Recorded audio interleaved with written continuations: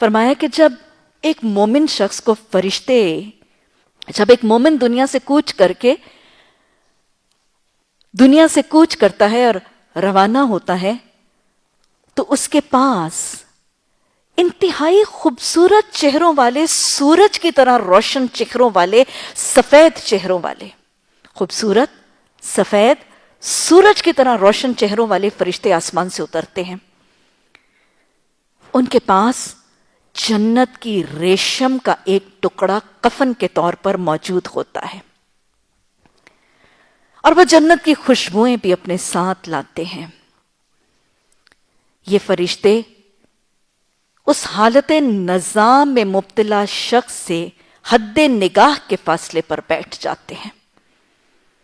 حد نگاہ کے فاصلے پر، یعنی دور اس سے، یہ جو فرشتوں کا ایک بڑا ایک گروپ آتا ہے نا، یہ حد نگاہ کے فاصلے پر یہ فرشتے بیٹھ جاتے ہیں.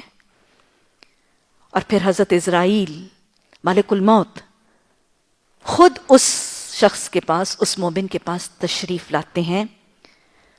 مومن کے سرہانے آ کر بیٹھ کے اس کی روح کو مخاطب ہو کر فرماتے ہیں، نکل اپنی رب کی رضا اور خوشنودی کے لیے. یعنی اس کو کس کی خوشخبری دی جاتی ہے؟ رب کی رضا اور خوشنودی کی خبر دی جاتی ہے. اور پھر حدیث بتاتی ہے کہ جب ملک الموت اس روح کو مخاطب ہو کے رب کی رضا اور خوشنودی کی خبر دیتے ہیں تو وہ روح اس کے جسم سے کیسے نکلتی ہے؟ جیسے مشک سے پانی بہہ جاتا ہے. مختلف احادیث میں مختلف تشبیہات موجود ہیں. ایک روایت میں آپ نے فرمایا جیسے مشک کے منہ سے پانی بہہ جاتا ہے، مشک ہوتی اس کے منہ سے پانی بہہ جاتا ہے. کچھ روایات میں آتا ہے کہ جیسے خوشبو کی بوتل کا ڈھکن کھولنے پر اس سے خوشبو اڑ کے نکل جاتی ہے، اتنی آسانی سے اس کی روح نکلتی ہے. یہ روح پھسل کر پہلے ملک الموت کے ہاتھ میں آتی ہے. کچھ ہی لمحوں کے بعد وہ باقی فرشتے اس روح کو تھام لیتے ہیں اور وہ جنت کی ریشم کا وہ ٹکڑا جو وہ اپنے ساتھ، جنت کی خوشبوؤں میں بسا ہوا ٹکڑا جو وہ اپنے ساتھ لائے تھے، اس کفن میں اس کو لپیٹ لیتے ہیں. اور پھر حدیث بتاتی ہے کہ اس روح کے جسم سے نکلنے کے بعد روئے زمین پر ایسی بہترین خوشبو آتی ہے کہ سارا ماحول معطر ہو جاتا ہے. اور پھر فرشتے اس جنت کے ریشمی کفن اور جنت کی خوشبو میں رچے بسے کفن میں لپیٹ کر اس روح کو آسمان کی طرف لے جاتے ہیں.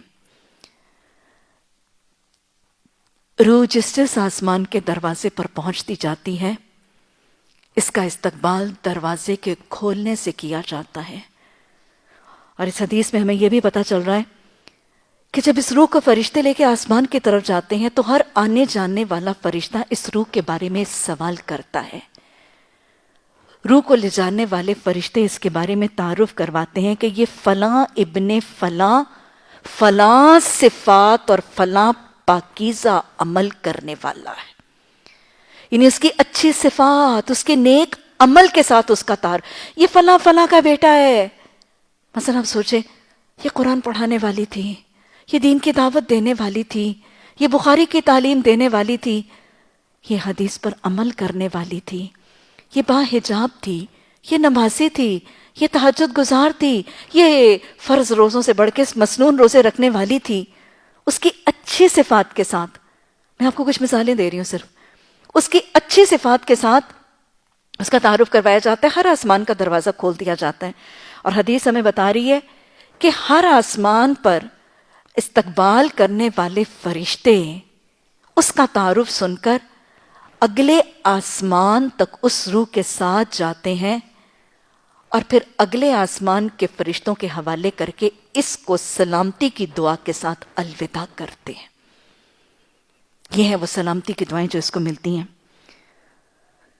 اور پھر جب وہ آخری آسمان پر روح پہنچ جاتی ہے تو حدیث میں آتا ہے کہ فرشتے جب آسمان پر ساتویں آسمان پر لے کر روح کو پہنچتے ہیں تو اللہ کی طرف سے حکم ہوتا ہے کہ میرے بندے کا نام علیین میں لکھ دو. میرے بندے کا نام علیین، نیکوکاروں کا جو دفتر ہے، یہاں پہ لکھ دو. اور اس حدیث میں آ رہا ہے کہ اللہ سبحانہ تعالیٰ کا حکم آتا ہے کہ اس کی روح کو واپس اس کے جسم میں لوٹا دو. اس کا نام علیین میں لکھ دو اور اس کو واپس اس کے جسم میں لوٹا دو.